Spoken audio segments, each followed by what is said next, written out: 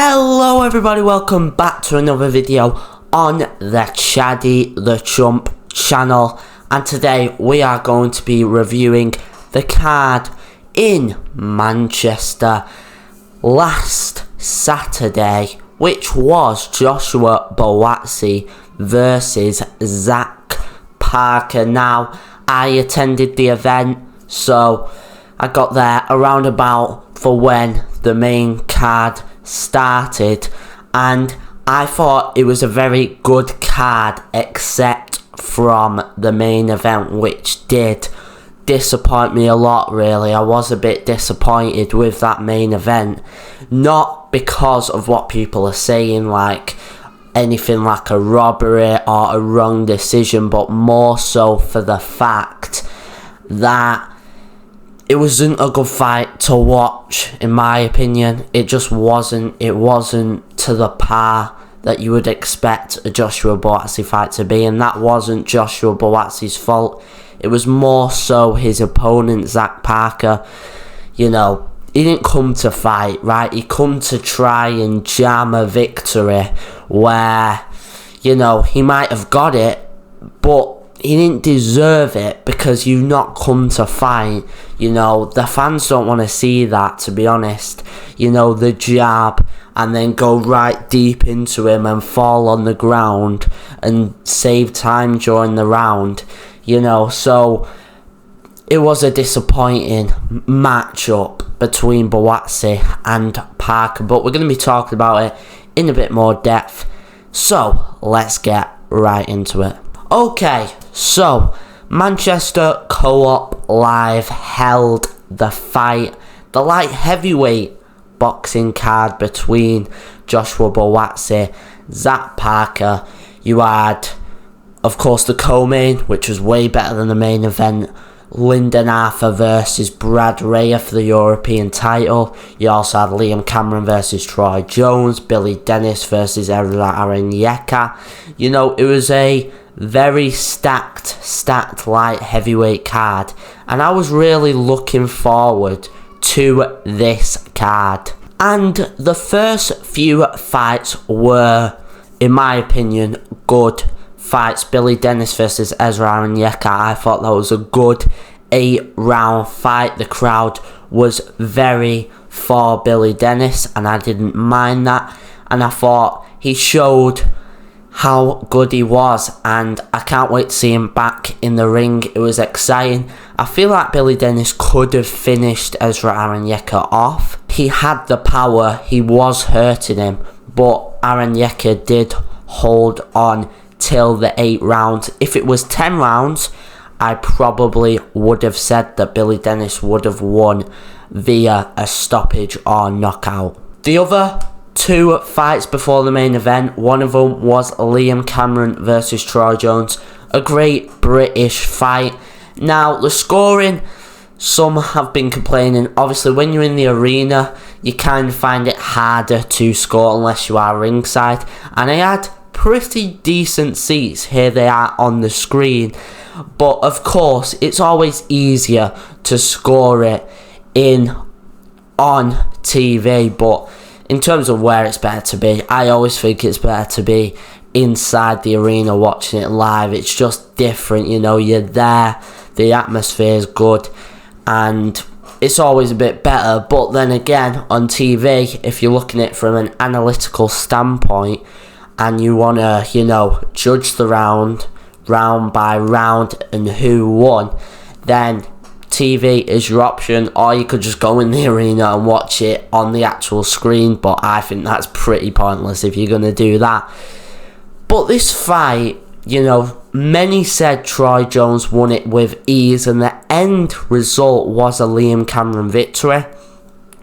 Now, I do think Troy Jones was getting the better of Liam Cameron, especially at the start of the fight. I think he was pressuring him a lot, and Liam Cameron seems like he underestimated his opponent in Troy Jones, and it's a bit unfortunate really that Troy Jones didn't win it, because I think he's got a lot to come forward for the future, and it is a bit disappointing he didn't win, but that is not his fault because I do believe they got it wrong.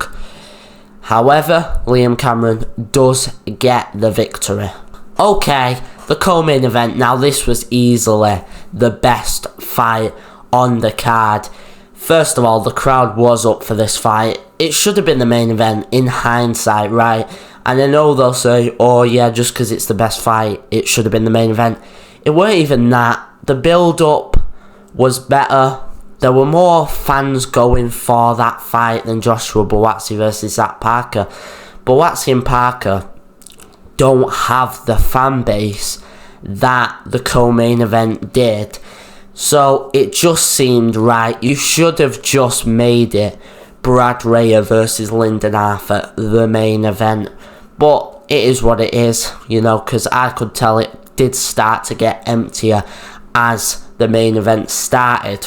So this co-main event was a good one. Brad Raya started off very, very strong. He landed a knockdown, I think it was in the third round, a great left hook. And I thought he was going to cruise the fight from there. In fact, if there was probably another 30 seconds in that round, he might have finished him. But he didn't, and Lyndon Arthur got back into the fight very well.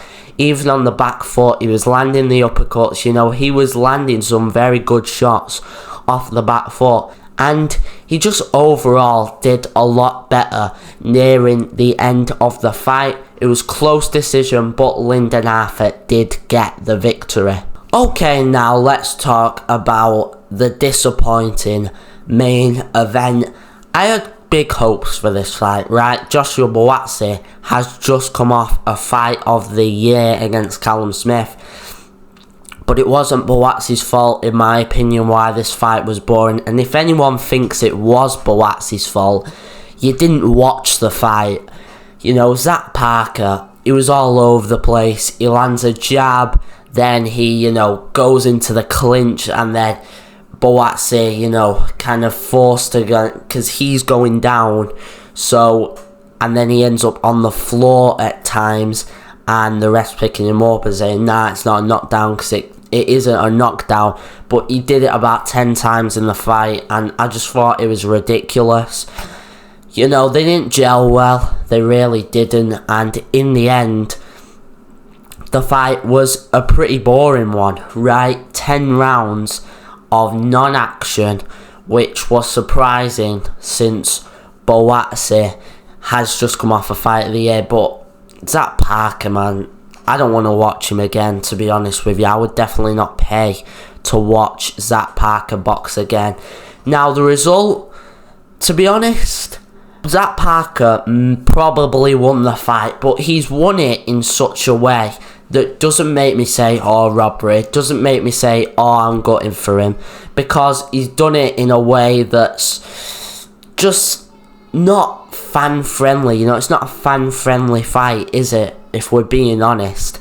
And he didn't deserve to win, because he doesn't deserve to have that win over Buatsi and then go in against a bigger name and do that again. It's just, you know, it was very disappointing, and I'm glad Buatsi won, because not because I prefer Buatsi, but because I know the next time I see Buatsi in a ring, it probably won't be like that as long as he's got a better opponent. Whereas Zach Parker's going to do that with every single fight.